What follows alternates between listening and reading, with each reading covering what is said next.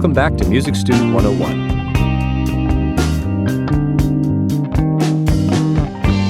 It's time we took a closer look at seventh chords.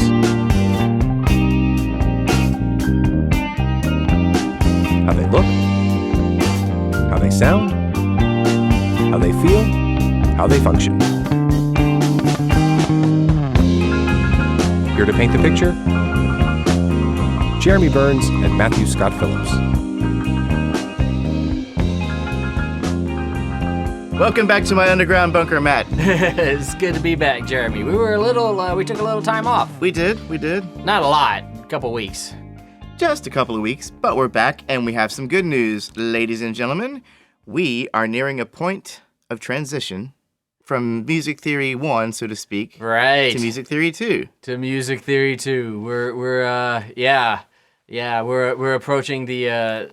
We're approaching the cutoff point, depending on how your particular theory class is structured, of course. Right. But we're kind of moving pretty quickly into second semester stuff. I would call what we're doing today still probably first semester-ish. Uh-huh. But after this, we're going to be real junior intermediates here. So we're gonna make sure that we cover the seventh chords to the best of our abilities, and this is gonna actually be a couple of episodes. Yeah.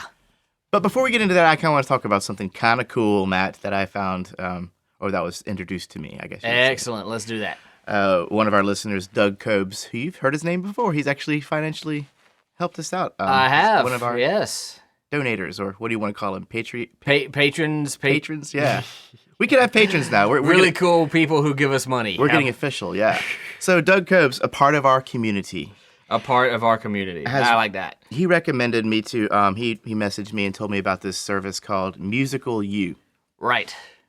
And it's basically a website dedicated to the training and learning of music theory. And ear training, more important. Yeah, and we played on this a little while. It's a lot of fun. Yeah. Actually, and the cool thing is, they've actually got a podcast out now. We'll talk about that in just a second.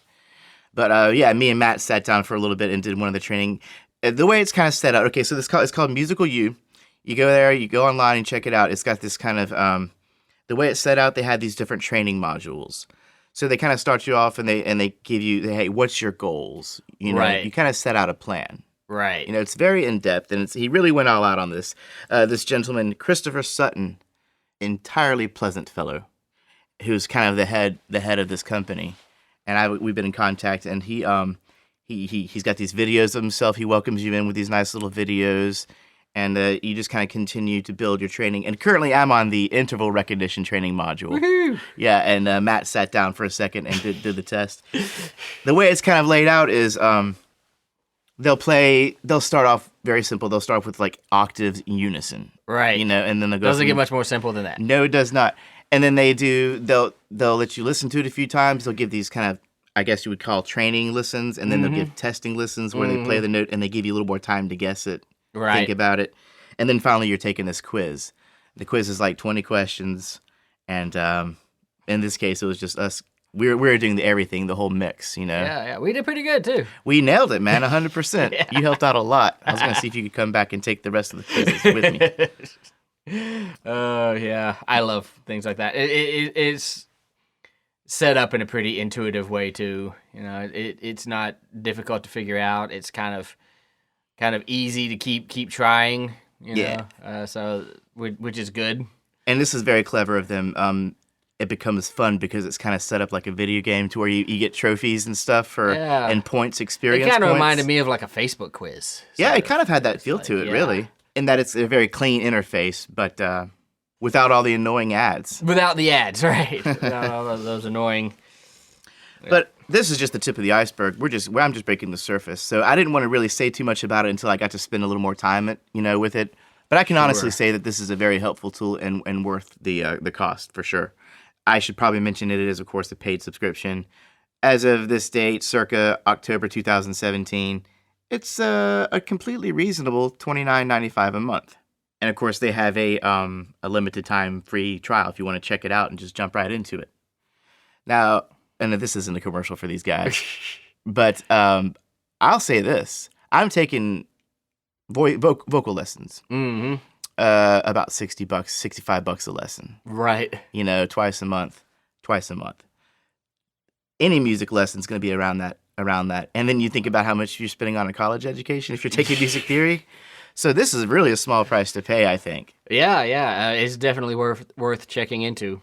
And the other cool thing about it is that there's kind of like a community going on. Yeah, and we're just sort of becoming aware of the sort of musical community around a lot of these podcasts and things, which is very gratifying to see exists. And he's actually mentioned us, Christopher Sutton, on his new podcast, Musicality Podcast is what it's called. Right, yeah. So, and it's kind of like us, except I think he spends more time talking to musicians and kind of getting to know the inner workings of the musician. And right, yeah, where we focus more on the theory and things. Exactly. So, and it does look like they might tackle some like singing tips and maybe a little bit of ear training. So, check it out. You never really know what to. I don't know what to expect, but I know it'll be good and I know it'll be musical. So again, Christopher Sutton, job well done. Musical U, your entire team, your entire community. It's quite fantastic, and I had to give testimony because I can tell I've improved just by the time I've spent on it. You know, he has. That's no lie. Matt's noticed. All right, that's a big deal. I don't have to edit so many of those listening exams anymore. I can just get it on the first try, on the first listen. But nice. I wanted to give a shout out to him. Absolutely. Musical U, and I wanted to give a shout out to, again, Doug Copes for introducing me to these people. Because I think we can have a cool, long-standing relationship with them. Let's hope so. Let's hope so. All right. Having said that, what are we talking about today? Let's nerd out.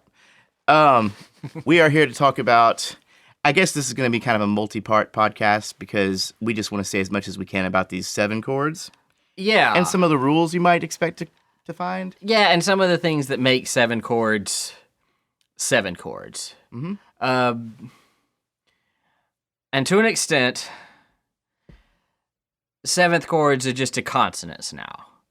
You know, traditional tonal harmony and traditional college music theory put some effort into distinguishing between a triad, right, and a 7th chord. You know, one has 3 notes, one has 4 notes. In both examples, those notes are just separated by thirds while conforming to whatever scale you're in. Right? Diatonic? Was it? Yeah, that's what that means. Conforming to the scale you're in means diatonic, and so yeah. Traditional music theory kind of makes a distinction between that. I've heard it said, and I agree. I think that with our modern ears, exposed as we are to so many things, you know, not just Western classical music, but blues and jazz and rock and, you know, music from India and Japan and all of these other places, and pop music, which tends to, you know, follow rules only occasionally. You know, all of these things has had the effect on our ears that 7th chords are sort of considered a consonants now. You know, I mean, you know, they used to be. We used to think of this chord like that as having some pretty inherent dissonance. The 5/7 chord, is that? Yes, yeah. Or the dominant 7 Thank you. chord, Yeah, that's a 5/7 chord. You know, as compared to, which is just the triad. I think we talked about crunchy versus creamy peanut butter. Yeah, crunchy versus creamy peanut butter, and that's kind of how we, you know, and it takes a certain amount of effort for us to listen in and concentrate and hear that now, right? Much more so than it did back when Haydn was using 7th chords. You know, his audience could hear that very distinctly and felt like there was a very specific, very, very, very specific place that wanted to go, you know, for that reason. And so in classical music theory, these 7 chords move in some particular ways, right? And that's kind of what we want to talk about today. So just to give an idea of what we're going to be talking about specifically today, the 5/7 chord, 5/7, and the 2/7 chord, 2/7, and their various inversions. And that's plenty for one day. All right, cool. Yeah, because these are the ones that just have sort of specific considerations when you're talking about classical music. Now, if you're talking about jazz, if you're talking about rock, maybe less so, but it's still good to know these distinctions, even if you're going to decide to sort of ignore them. Because if you decide not to ignore them, they can give, kind of like when we were talking about doing the circle of fifths chord progressions, it can give your music a real sense of forward motion if you just obey some of these kind of pretty simple rules and make your music sound like it's got a direction that it might not sound like otherwise, right? And it can definitely make some killer melodies and some killer poignant sort of transitions from one chord to the next. So it's good to know stuff. Yeah, right. Always good to know stuff. I'd say so. Well, and I guess we're gonna start off with the most important, right? Let's do that. The most important, in my personal opinion, anyway, and I don't think I'm alone on this. The 5/7. So the 7 chord based off the 5th scale degree. So what key should I be in here? Let's just do C. Let's just stay in good old-fashioned C major. In which case the 5 chord is going to be our root of our 7th chord, and we're going to stay diatonic. So we're going to be G, B, D, and F, making what is called a major minor 7 chord, or also is called a dominant 7, because this is so common that they just refer to it as a dominant 7. Right? And again, I just shifted it up an octave is all. This is probably the most important chord in tonal harmony, because what this chord... Quick question. Yes, sir. Is it more important than 1 because it tends to have a function where 1 it sits there? It's more important than the 1. As a 7th chord, it's more important because a 1/7 chord is not something you see very much in classical music. As just a chord in general, the reason this is so important is because this is what affects motion. I could play 1. Great, right? It's a chord. It's a chord. There it is, right? It is when I play 5/7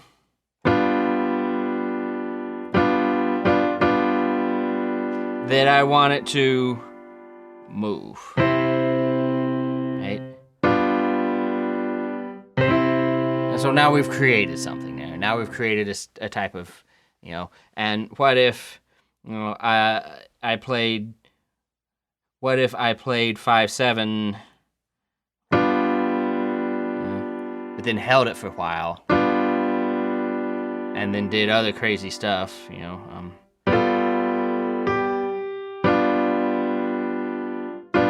then sort of kept that going by doing,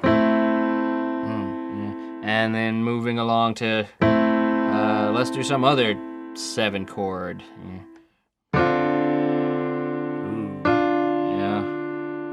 And then coming back to 5/7. Right. So it is this 5/7 chord that sets up sort of everything, right? In some sense, all music is starting with this chord that is then sort of, we're kind of playing around and trying to prolong that, push back to that 1. Right? Yeah. So, yeah. In a lot of ways, the most important chord ever. Yeah. There are some considerations in working with this chord in terms of classical music theory. Right? Are we referring to voice leading? We're referring to voice leading. Okay. That thing that you can get really, really bogged down in. It can be almost like a chess game or computer programming. If this, then this, else.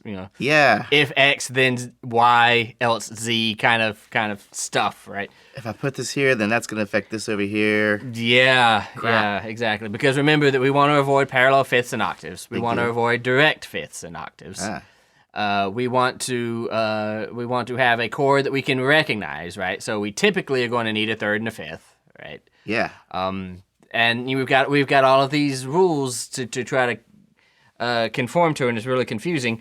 And the 5/7 takes a little while to master from the from the perspective of those rules, but we can do it. Right. So just to start off, the 5/7. Another quick question, actually, because of its dominant, because its presence, its overwhelming presence, would you say it has more rules typically than most other 7 chords, the 5/7 chord?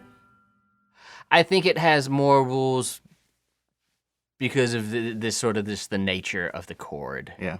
Not necessarily because of its great function, but just by the fact that what it has is 2 leading tones, right? Yeah. Those 2 leading tones are the 3rd of this chord, which is scale degree 7, right? And this wants really, and we've talked about leading tones before, right? Yeah. This leading tone wants really, really bad to resolve upward to do, right? Yeah. To our tonic note. This 5/7 chord also has this scale degree 4, right? And this scale degree 4 wants really, really bad to resolve down to scale degree 3, fa moving to mi. Right?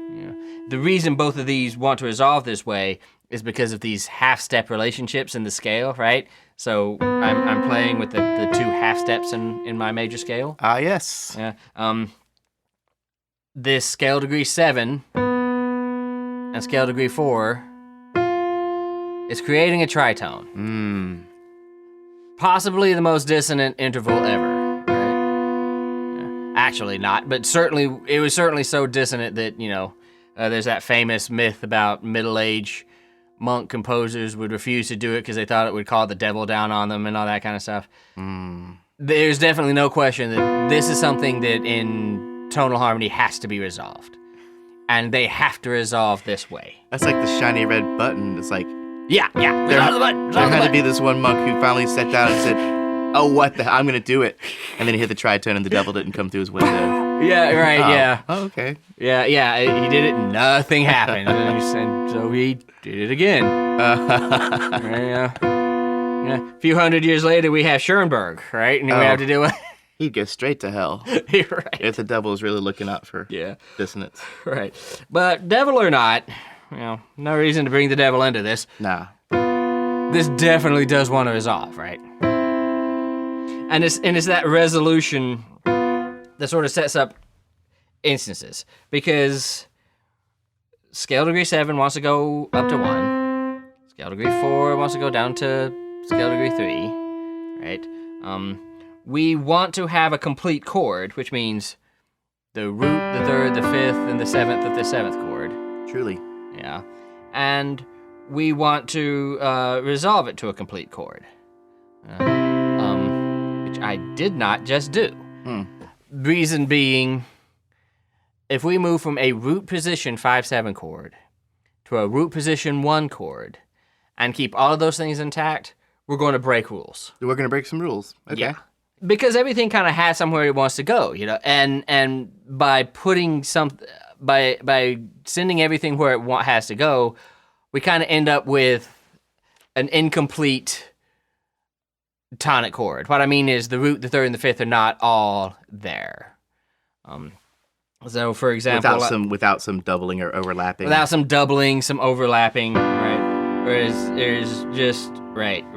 Yeah. So, one of these voices, this one basically, is going to have to overlap in unison. The scale degree 7 going to scale degree 1.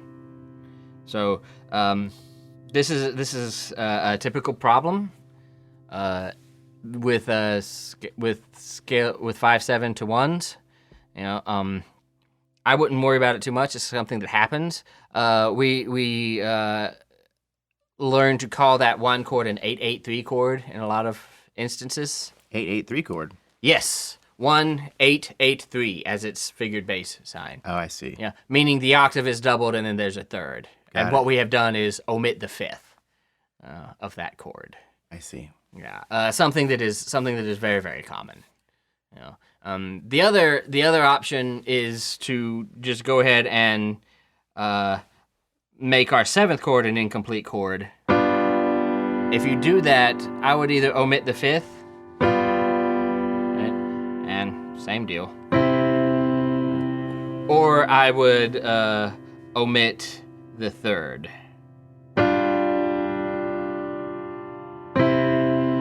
So in the case of these 7th chords, we're discussing how, and even though right now we're doing 4-part textures, Yeah.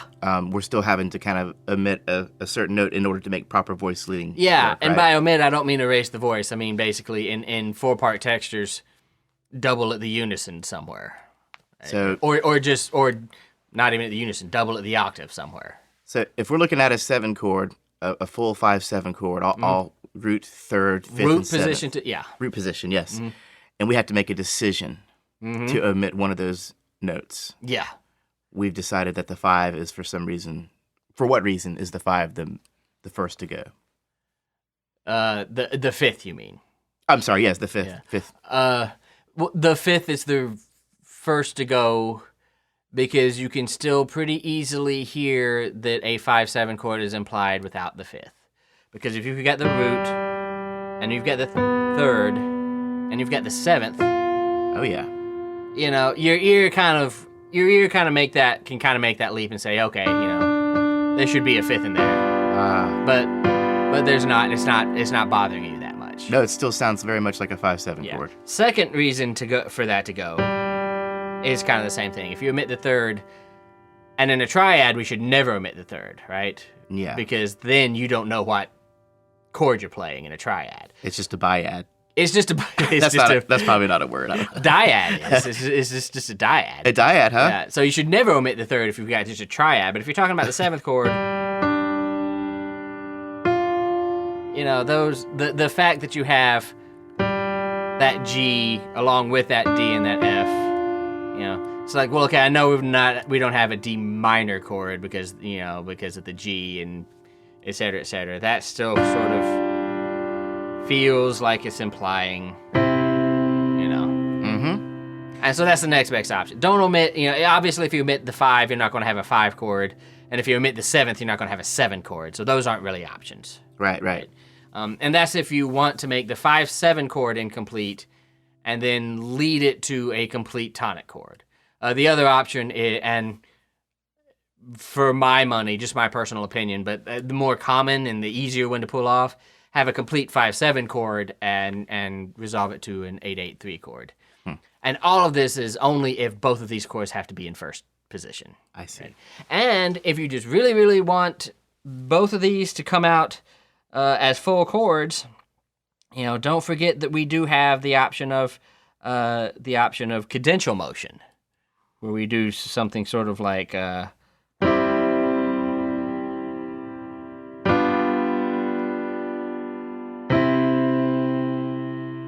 and 7th chords can be part of a cadential motion.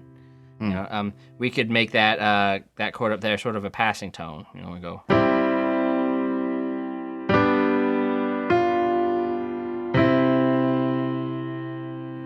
Nice. Yeah. So there are ways to also do this as complete chords. Both root position, or were there inversions in what you just did? Nope, then? those were root positions. Root position. Wow. Okay. Yeah. I shall do it again. So.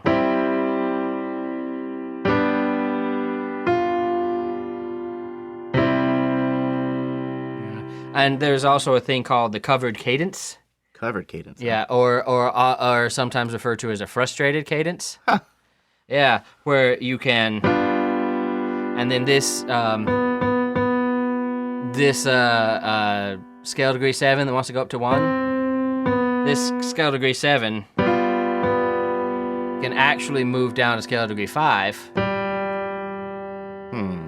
Provided that some other voice comes and covers that scale degree 1 that it was going to go to. So you can go. So so your ear is still hearing the resolution that it wanted. You know, it's just hearing it. It's just another voice jump down to take over that resolution. So The frustrated cadence. The frustrated cadence. And it will frustrate your theory professor. Ah, okay. And only do that in an inner voice. If your scale degree 7 is an upper voice, don't you even think about it. Oh, yeah? Yeah, and only do that if another voice comes down to hit that note that 7 should have resolved to. Interesting. So ways to get around the sort of voice leading problems with root position 5/7 to root position 1. Sounds like it could be frustrating for the student as well. Yeah, it's something to consider. You are definitely going to have 5/7 to 1s. I mean that happens in all of music. So it's good to sort of go in thinking about some possible solutions to some of these. Because if you're just writing 5/7 1 boom done, you've almost certainly written parallel fifths somewhere, or had a voice show up out of nowhere or something, or made an awkward leap. Yeah. Yeah. Well, do you think we've done the root position 5/7 justice? Yeah, pretty much. Move on to inversions. Yes. So inversions of the 5/7 chord. 5/7 to 1, what we've just been playing, is what we consider very, very strong motion, right? It really pulls to that 1. It is what makes up most perfect authentic cadences and imperfect authentic cadences. This is really considered a very, very strong cadential motion, meaning we're going to hit that 1 and we're going to feel like we've come to a real resting place. The end of the phrase, the end of the section, the end of the whole piece of music. The finish line. Yes. The first inversion 5/7 chord, what we would call a 5/6/5, can be part of cadential motion, right? So, right. It is often considered weaker than that, right? It is often thought of as not really having that same super huge pull and resting, because when I do this and listen to that bass note, right, it's just got a little bit more of a pull than, and I'll even play a. I can definitely hear it there. Yeah, that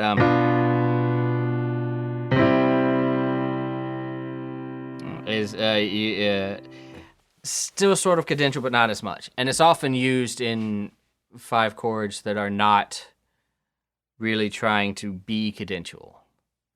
And remember that somewhere else in the middle of the music somewhere. You're right, somewhere else in the middle of the music. Remember that this 7 really, really, really wants to move up to the tonic, right?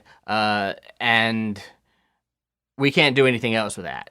Don't even think about a frustrated cadence with the 7th in the bass voice, right? Yeah. Or the leading tone rather in the bass voice. So we've got to do something here, and it'll move to 1, and which will then move to another 5, and or whatever. That's much more common for the 5/6/5. Leading tone still has to resolve to the tonic. Your 7th still has to resolve down by a half step. That's still going to be definitely the case. The 7th of the chord. The 7th of the chord, yeah, still has to resolve downward a half step. Yeah, pretty much always. And that's what compels it to lead up to 1. And like I said, you will see that in cadential motion, but it's not considered as strong a cadence as that 5/1 motion. The bass likes to move in 5/1 motion, right, around cadences, and the more the bass gets to stomp around by moving in 4ths and 5ths, the more solid everything is going to feel. Nicely put. Yeah. So that was the first inversion. That was first inversion. Is there any more rules we should observe regarding that before we move on to the second inversion? I could sit here and spit rules out at you all day for all of these and common ideas and things. Just keep in mind that your leading tone has to resolve up to scale degree 1, and that your scale degree 4, the 7th of the chord, has to resolve down to scale degree 3. Pretty much whatever you do. Okay. Good hard rule. Yeah, good hard rule. Right on. Moving on to second inversion, the 4/3. We talked about second inversion triads, right? 6/4 chords. We did. Passing 6/4, neighboring 6/4, cadential 6/4, and what was it? Pedal 6/4. Pedal 6/4. Yeah. And those were the only ones we had, right? You don't just write 6/4s randomly or in willy-nilly. Yeah, right. The same principles apply for 5/4/3, which is 5/7 chords in second inversion. They make great sort of passing from 1 to 1/6 to a first inversion tonic chord. You know, you can.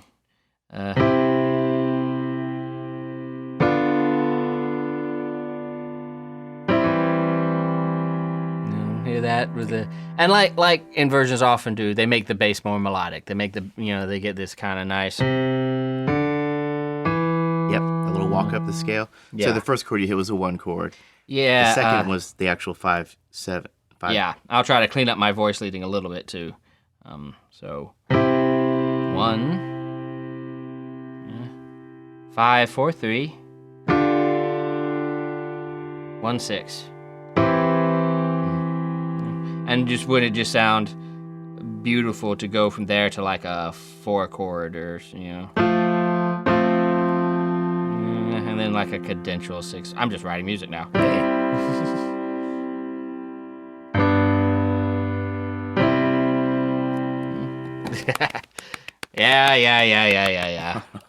It's almost like I do this for a living. That was very nice. Very nice. Yeah. So the point being the second inversion 5 chord made it easy. Yeah. For that scale degree motion. Right, and you can go backwards too. You can do the same kind of thing going down.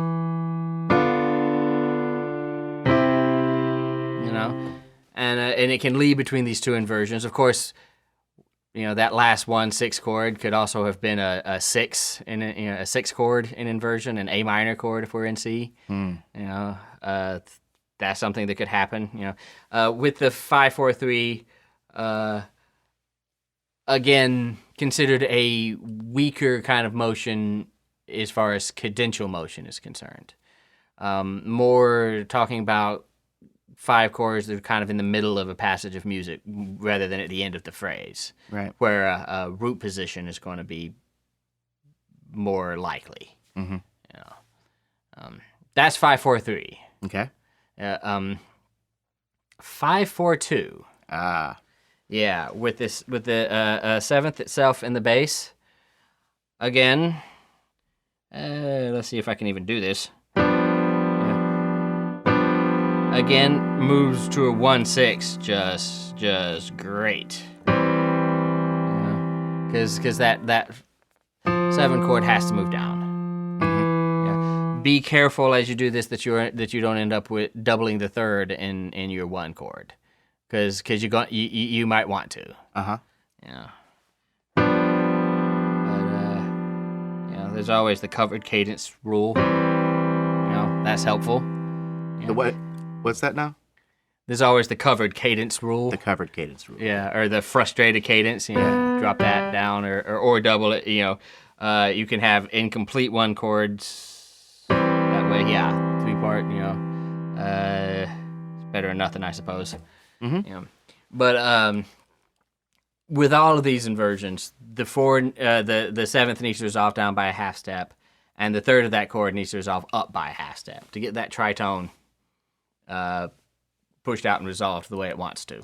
That was going to be a question I had, and you answered it obviously. But in my head, I was wondering if the rules change when the inversions are different. No, you know what I mean. No, and as a general rule, part writing rules don't change.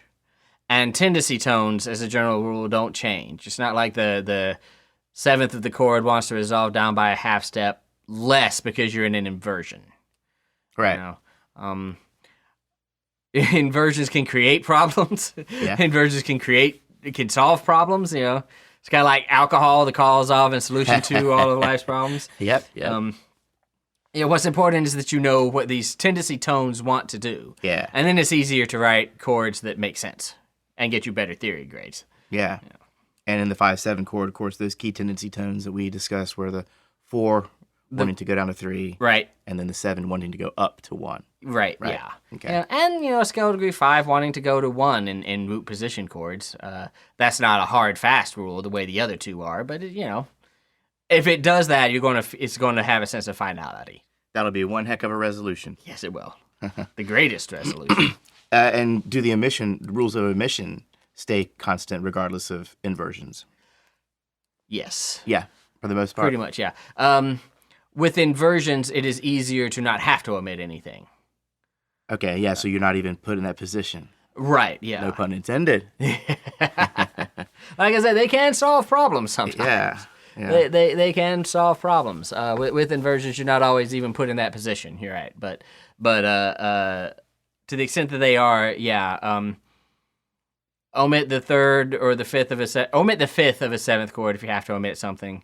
Omit the 5th of a triad if you have to omit something. Right.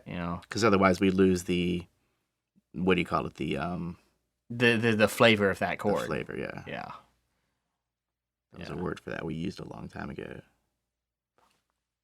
Identity. Identity. Roadmap. Yeah. Fingerprint. The major or minorness. Major or quality. Quality. That's the word I was looking for. Yes. Quality. The quality of that chord. Yeah.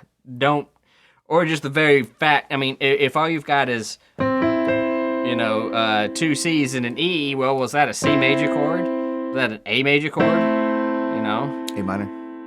A minor chord, thank you. Or, was that, what the heck was that chord even? Good question. Good question. So be careful with that.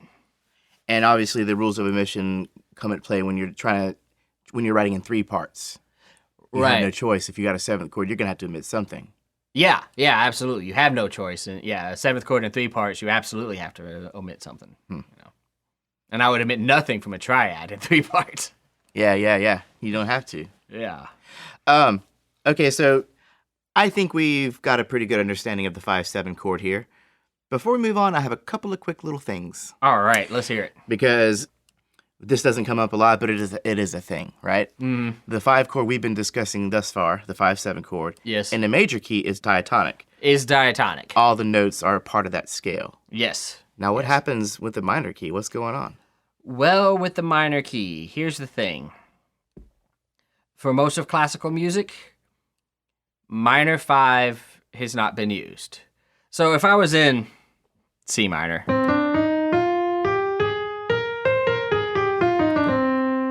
right, and that's the diatonic, or that's C natural minor. Natural minor, yeah. Yeah. Inharmonically equivalent to E flat major. Go hear our podcast on scales. Blah blah blah. That's a good one. If I was in that key, the 5/7 chord diatonically would be a minor 7 chord. Never happens. Yeah. Never happens. And the reason is classical composers really liked the major 5/7's tendency tones. Mm-hmm. That's what makes it emotional. They like having it pull. This doesn't feel like it's really pulling anywhere, does it? What if you resolve that to 1? Doesn't work, does it? It sounds like some kind of lateral movement. Yeah. If that makes sense.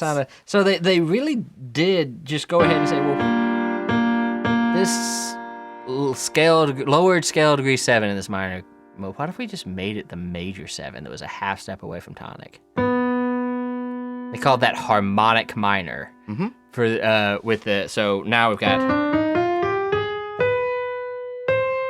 right, for the very reason that they want to construct nice harmonies that have the...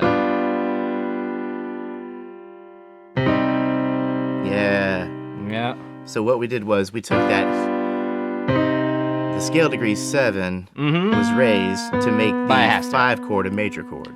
Yes, to make the 5/7 chord a major 5/7. That 7 becomes the 3rd and the 5 chord. Right. Right. Yeah.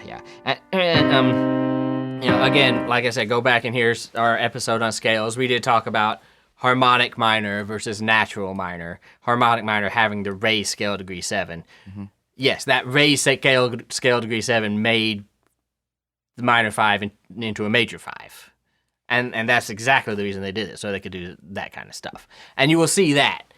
You won't see a minor 5 chord, be it 7 or otherwise, in classical music very, very much. Not until you get into the 20th century. Mm-hmm. Yeah, you'll see it in a lot of folk music and a lot of pop music. Yeah.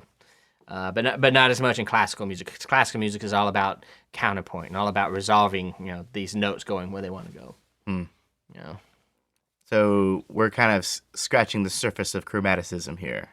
Yeah, beginning to. Very little bit, first grain of sand on that beach has kind of been moved out of position. And that happened in the minor key when the 5 chord became a dominant 5 chord rather dominant 5 chord, yeah. That minor 5 did sound jazzy the moment you introduced that minor 5/7 chord. That sounded jazzy. Yeah, jazz music is one of those types of music that sort of consider 7th chords a consonants anyway. So they have no problem with that whatsoever. A song could start off like that. Yeah. Oh yeah. And songs do. And they do. And they don't. It doesn't necessarily have to go to this could.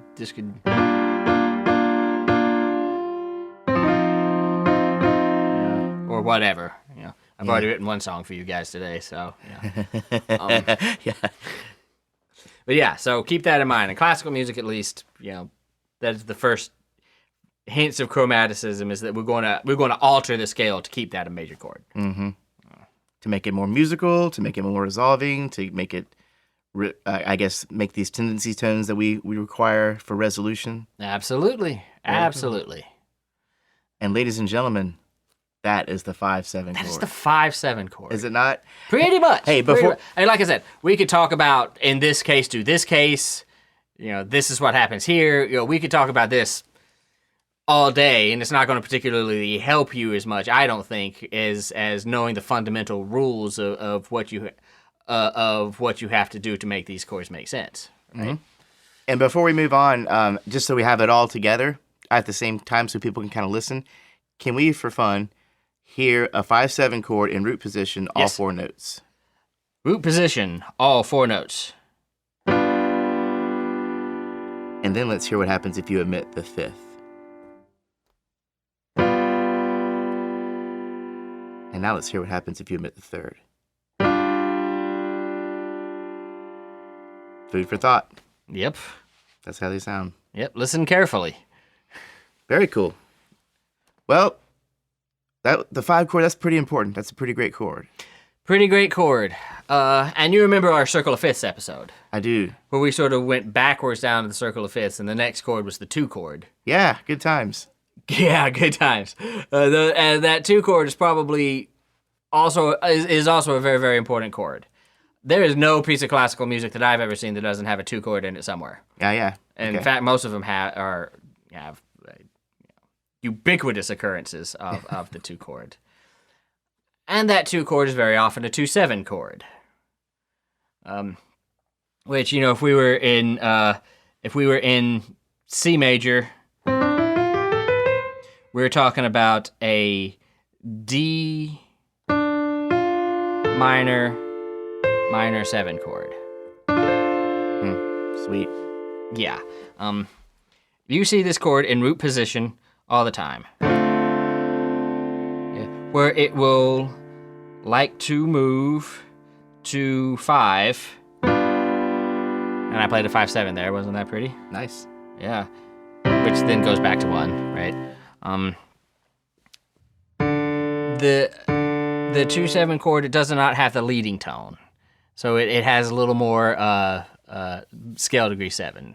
So it has a little more freedom, but it does have a 7th, and that 7th does still want to resolve down. Yeah. It will to the 3rd of the next chord. That is always going to be a thing about 7ths in classical music. With all of these 7 chords, the 7th of the chord will want to resolve down. in all cases, this is the flat 7 we're talking about. Yeah. In the chord. So it be at the dominant 7 chord, it's still a flat 7 from the root. Yeah. And then so forth with the with this minor 7 chord. Yeah. So Yeah. minor 7 going down. Minor 7 is always going down. And so we have, what was I playing? Oh, yeah. So we have, you see this in root position a lot. This will make a strong 5/7 to 1 cadence even stronger because you've got even more motion by fourths and fifths in the bass, right? So you got just harmonized as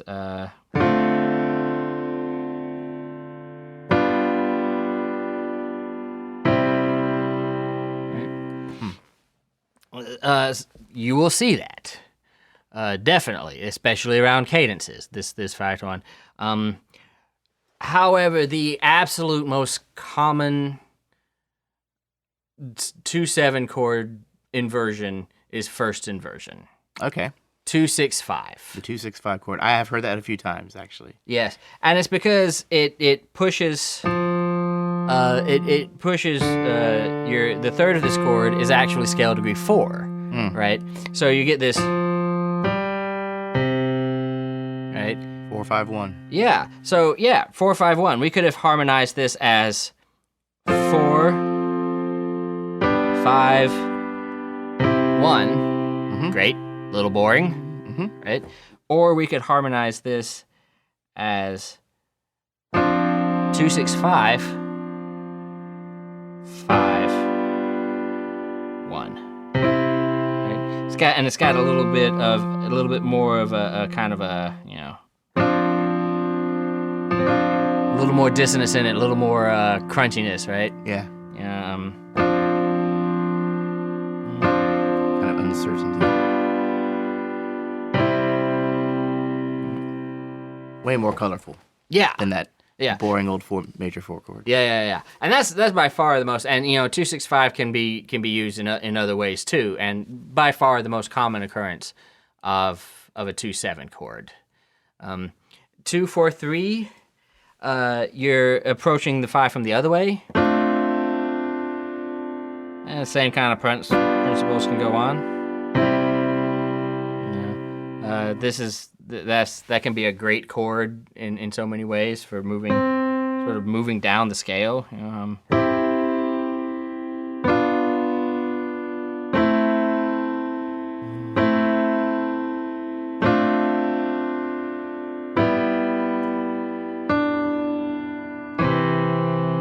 Or something, I don't know, but moving down the scale in the bass, things like that. Again, the 2-6-5 is actually a very strong cadential motion. You see that a lot because it reminds the ear of 4-5-1, which is a very strong cadential motion. In the bass, you're talking about? Yeah, in the bass, because scale degree 4 up to scale degree 5 and down to 1. Very, very common. 2-4-3 down to 5. That's again, or something else. That's again more the kind of stuff you'll see in the middle of the passage, and less at the end, less of the cadence in the phrase. And that was the example you just played for us, the 2-4-3. 2-4-3, okay. Yeah. 2-4-2 has the 7th in the bass. Yeah. And this makes,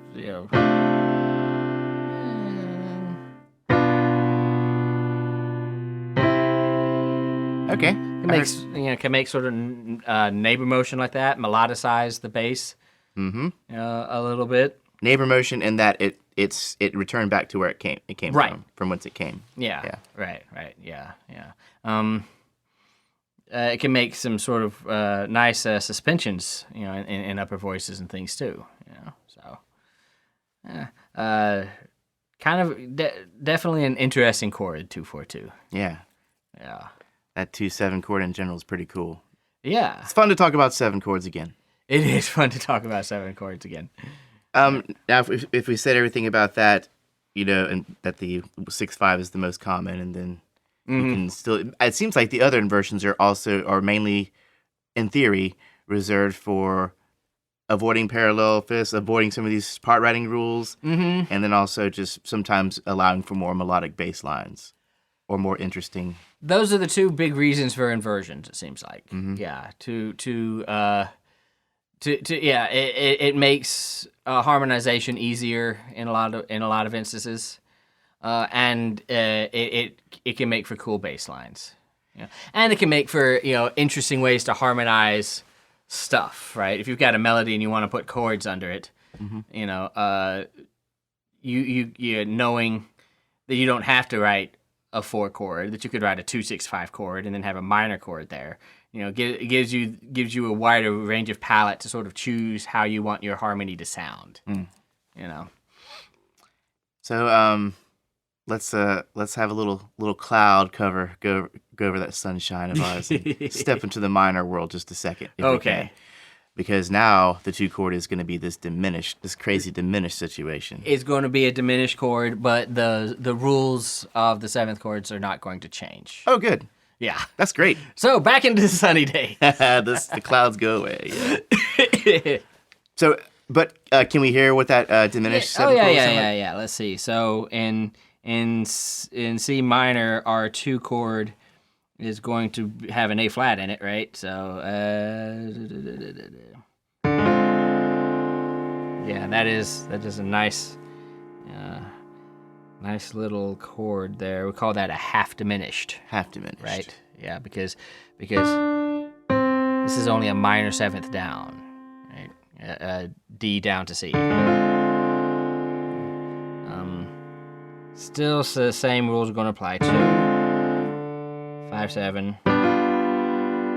and then 1. And does the fully diminished, that doesn't play? No. In the diatonically speaking, I guess. Okay, no. We're not gonna. It's not diatonic, so no. Not gonna worry about that right now. No, we're not. But the main difference between half diminished and fully diminished, we've already discussed that too. So yeah, okay, yeah. Recap. Let's recap. Okay, guys, we shelled out a lot of theory at you. That's a lot of theory. We're kind of dipping a toe into how 7 chords work in classical music and in your music if you want. Absolutely. So we're gonna leave it at the 5 and the 2 chord for right now, and we're gonna pick this up on another episode. We're gonna move on into the 7th chord and maybe the 4 chord. Sure. Why not? We'll figure it out. We'll figure it out. We have time to figure that out. But in the meantime, let's go ahead and do a quick recap, shall we? Absolutely. So we kicked off this conversation with the glorious 5 chord. The glorious 5 chord. The ever important 5 chord. Yes, and making that into a 5-7 chord. And remember that you're going to have to sort of account for yourself if going from root position 5-7 to root position 1. The easiest thing to do is to make what we call a 1-8-8-3 chord, where we're just we're omitting the 5th of that 1 chord. You can try to overcome that by omitting either the 5th, ideally, or the 3rd, I suppose, of the 5-7 chord in that.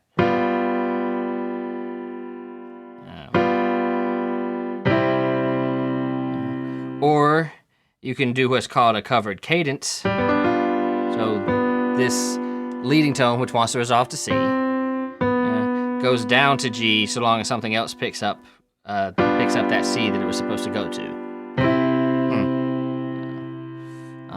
In whatever you do, remember that scale degree 7 wants to resolve up to 1, and scale degree 4 wants to resolve down to 3. So this inherent tritone is going to resolve to being a major 3rd. Nice. In inversions, 5-6-5. It's considered a little bit sort of, it doesn't have the same cadential pull as root position, so it's not as strong cadence-wise. You'll see it in cadences, but it's considered a weaker cadence, and you'll often see it more in just sort of the passage of music. Same thing for the 5-4-3, and the 5-4-2 progressively weaker cadence motion. Right, okay, so as we invert the cadence gets a little weaker. Right. Okay. Yeah. Interesting. Yeah. And these can typically go to different inversions of 1 chords. among other things. Yeah. Right. And these inversions typically happen more within this, not like at the cadences. Right, yeah, not at the cadences, typically more like in the middle of the piece somewhere, just to be harmonizing a place in the melody.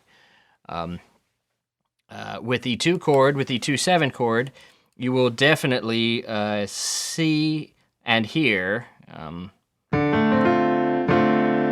root position To7 chord, and that can very easily move to a 5/7, which then in turn does our little dance and moves to 1. You will see that again. You will see that at cadences. Anytime the bass can move in fourths and fifths, it likes that, and it's going to sound final and solid. In the middle passages of music, you will very, very often see a 2/6/5. A 2/6/5.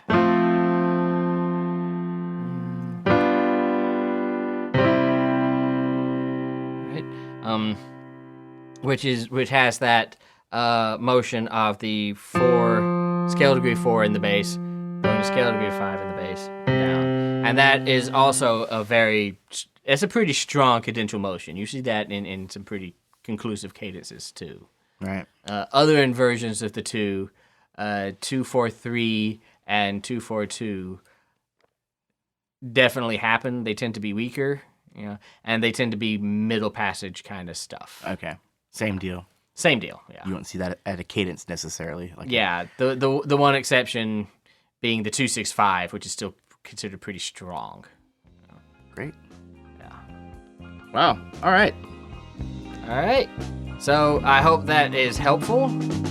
We will pick this up later. Yes, sir. You guys have a good one. We'll see you soon. We hope you enjoyed this episode. Feel free to give us some feedback or send us a message at info@musicstudent101.com. We're always open to suggestions and new ideas.